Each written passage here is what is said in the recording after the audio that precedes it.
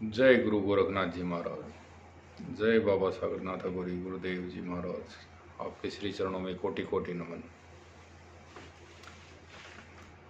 आज चर्चा का विषय रहेगा नाथ संप्रदाय में जो जनेऊ धारण होता है, जनेऊ के विषय में हम आज चर्चा करेंगे। जनेऊ धारण की प्रक्रिया उस समय होती है जब कोई गुरु अपने शिष्य को चोटी लेता है। जो चोटी का दान करते हैं शिष्य, जब गुरु बनाते हैं अपना, चोटी गुरु बोला जाता है।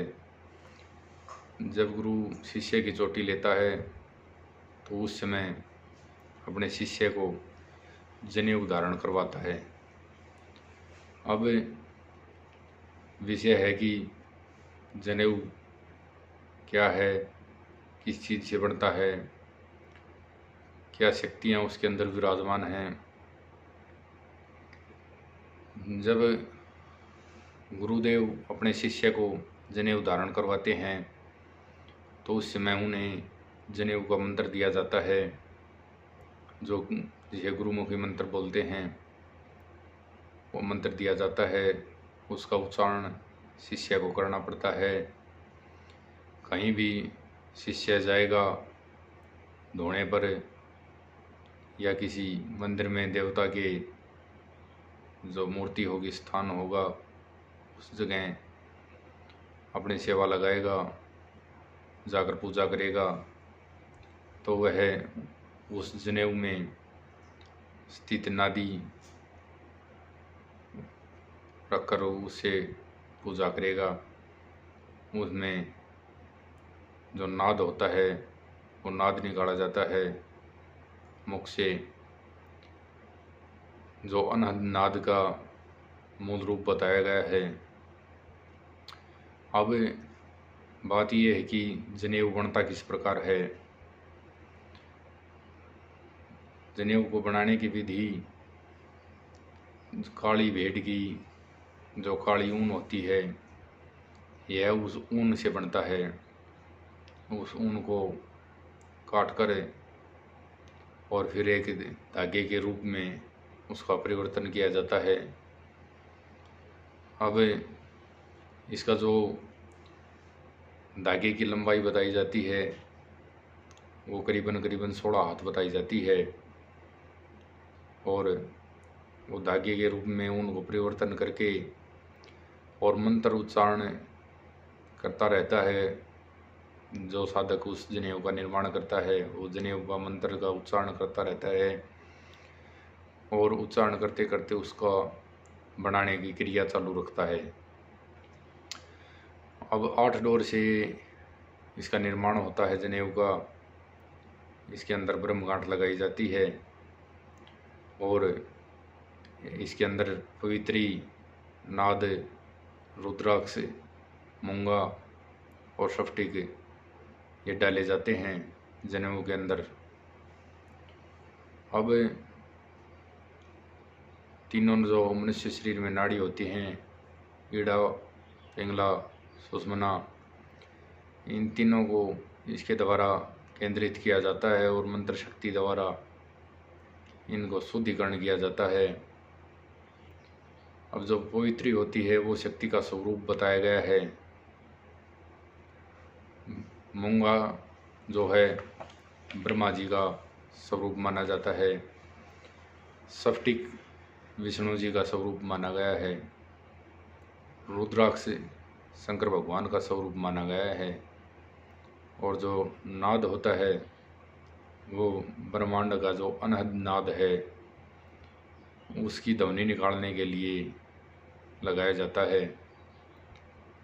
अब साधक उस ध्वनि को अपने हृदय में बसाकर और योग क्रियाओं द्वारा वो अपने अंदर अनहद नाद का सुमरण करते हुए अपनी योग क्रियाओं में लीन रहता है, और वो धीरे धीरे उसको अंदर से अनहद नाद की आवाज़ सुनाई देने लगती है। इसलिए ये अनहद नाद का मूल स्वरूप माना गया है। इस प्रकार जनेऊ धारण करने के बाद ही पूर्ण शिष्य माना जाता है। और जो अपने गुरुजन होंगे या अपने से बड़े गुरु होंगे, बड़े तपस्वी होंगे, उनके सामने जाने पर साधक आनंदनाद की आवाज़ देकर और उनके श्री चरणों में स्थान पाता है। इस प्रकार हर रोज़ जनेऊ का जो मंत्र होता है उस मंत्र का सुमरण करना होता है और उसका सुमरण कर वह अनेकों शक्तियों को प्राप्त करता है। और जनेऊ धारण करने के बाद गुरुवचन यही हैं कि उस साधक पर, उस योगी पर, तपस्वी पर स्वयं ब्रह्मा जी, विष्णु जी, शंकर भगवान और नवनाथ, 84 सिद्ध, 52 भैरव, 64 जोगणी, इन सभी का आशीर्वाद, कृपा उस साधक पर सदैव बनी रहती है। इस प्रकार धीरे धीरे वो अनेकों शक्तियों का स्वामी बनता है और वो इसकी ब्रह्मनाद की ध्वनि सुन और लंबे समय तक अपनी योग क्रियाओं के कारण वह साधक आनंद नाद को सुनने में सक्षम होता है और अपनी सभी इंद्रियों को वश में कर वह एक सफल योगी होता है, सफल योगी कहलाता है और एवं अनंत शक्तियों का स्वामी बनता है। इस प्रकार नाथ संप्रदाय में जनेऊ का बहुत बड़ा महत्व होता है। जनेऊ जो दर्शनी साधु होते हैं, जिनके कानों में चीरा लगा होता है और कुंडल धारण किए होते हैं, वो भी, और जो ओगड़े साधु होते हैं, शिष्य होते हैं, वो भी दोनों ही जनेऊ धारण कर सकते हैं।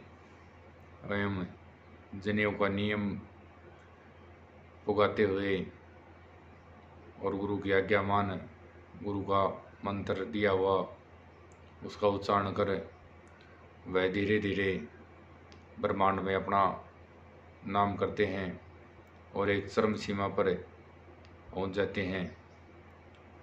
इस प्रकार यही चर्चा थी जनेऊ के बारे में। जय गुरु गोरखनाथ जी महाराज, जय गुरुदेव बाबा सागरनाथ गौरी जी महाराज। आपके श्री चरणों में कोटि कोटि नमन। जय बाबा जी।